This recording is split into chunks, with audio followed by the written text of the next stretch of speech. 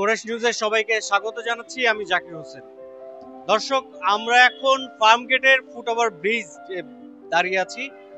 এখানে চালুর পর থেকেই মূলত কিছুদিন এই স্কেলেটর গুলো দুটোই চালু ছিল।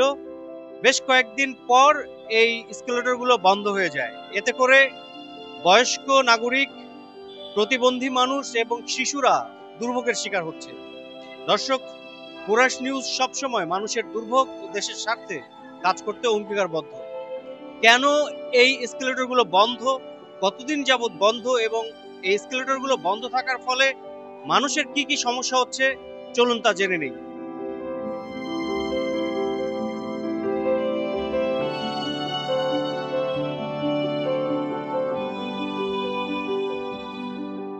এটা বন্ধ হওয়ার কারণে মানুষের অনেকই সমস্যা হচ্ছে। বৃদ্ধ মা বাবা উঠতে পারে না। তারপরে যে আমিও নিজেও এখানে 15-20 দিন ধরে একজনকে আমি নিজে ধরে উঠে আনছি, কারণ এরা হাঁটতে পারে না, চলতে পারে না। এটা যদি অবশ্যই চালু করে দেয় সরকারে, তাহলে অবশ্যই জনগণের জন্য উপকার হবে। এই যে দীর্ঘদিন যাবত এই এসকেলেটর বন্ধ ছিল, তো এটা আপনাদের সমস্যা অবশ্যই সৃষ্টি হচ্ছে, কারণ আমাদের উঠতে অনেক কষ্ট হয়। এটা অযথা এমনি এমনি এভাবে পড়ে আছে, চালু করলে আমাদের জন্য সুবিধা। এটা ঠিক না, মানুষের একটু ওঠানামার সমস্যা হচ্ছে মানুষের। এটা অনেকদিন যাবত এইভাবে আছে দেখতেছি। এটা আসলে এটা একটা পদক্ষেপ নেওয়া উচিত। মানুষের এইভাবে একটা নামা একটা হয়রানি হচ্ছে আর কি মানুষের। এটা এটা আসলে ঠিক, মানে দ্রুত একটা সমাধান করা উচিত। যে লিফটটা তৈরি করছেন, এই লিফটটার মধ্যে মানে উঠতে জনগণের অনেক কষ্ট হয়, এবং কি জনগণের না আমারও কষ্ট হয়। এই জন্য আপনার কাছে আকুল আবেদন। দর্শক, এতক্ষণ দেখছিলেন ফার্মগেট ফুটওভার ব্রিজে যে এসকেলেটর বন্ধ দীর্ঘদিন যাবত, সেই চিত্র। এখন আমরা এসেছি বনানীর কাকুলিতে।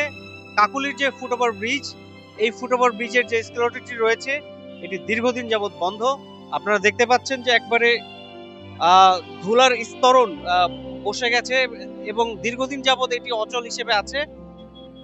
বৃদ্ধ, পঙ্গু বা প্রতিবন্ধী যারা আছে, তারা এখান থেকে চলাফেরায় তাদের প্রচুর সমস্যার মধ্যে পড়তে হয়।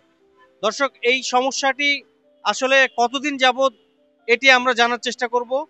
চলুন তাহলে জেনে নেওয়া যাক সবাই কি বলেন। আমাদের ব্যাপক ভোগান্তি হচ্ছে, বিশেষ করে এটার জায়গাটা সরু, এবং স্কুলটা যদি না থাকতো, স্বাভাবিক সিঁড়ি থাকতো, তাহলে দেখা যায় জায়গাটা চড়া থাকলে মানুষ চলাচল করতে পারবে। দেখা যায় যে কিছুদিন পর এসেই, এবং তো এটা তো বন্ধ আছে একটা জিনিস, আর কিছুদিন পর পর এসে এটা আটকে রাখে, যে ঠিক করার কথা বলে। দেখা যায় যে 2 দিন লাগে ঠিক করতে, 1 ঘন্টা চললে এরপর আবার বন্ধ যেই সে। এবং দেখা যায় এটা একটা সবচেয়ে জনবহুল এলাকা, এবং এই রুটটা খুবই গুরুত্বপূর্ণ। দেখা যায় সন্ধ্যা বা অফিস টাইম গুলাতে এখানে ভিড় লেগে থাকে, এবং 10 থেকে 20 মিনিট সময় চলে যায় যেখানে শুদ্ধ সিঁড়িতে উঠতে। আজকে 2-3 বছর যাবত সকাল বিকাল মাত্র 10-15 মিনিট 20 মিনিট চালাইছে, আর কিছুদিন যাবত একেবারেই বন্ধ। এটা মানুষ এখান থেকে অনেক কষ্ট করে উঠানামা করে, ভিড় হয়, যানজট হয়, মানে উভয় ব্যক্তির মধ্যে ঝগড়া বিবাদ বাজার উঠা নামার সময়। দিন যাবত বন্ধ, এতে করে পথচারীরা ভোগান্তির শিকার হচ্ছে কিনা? হচ্ছে হচ্ছে এটা এখানে বনানী গুলশান অধিকাংশ মানুষ এখানে যাতায়াত করে।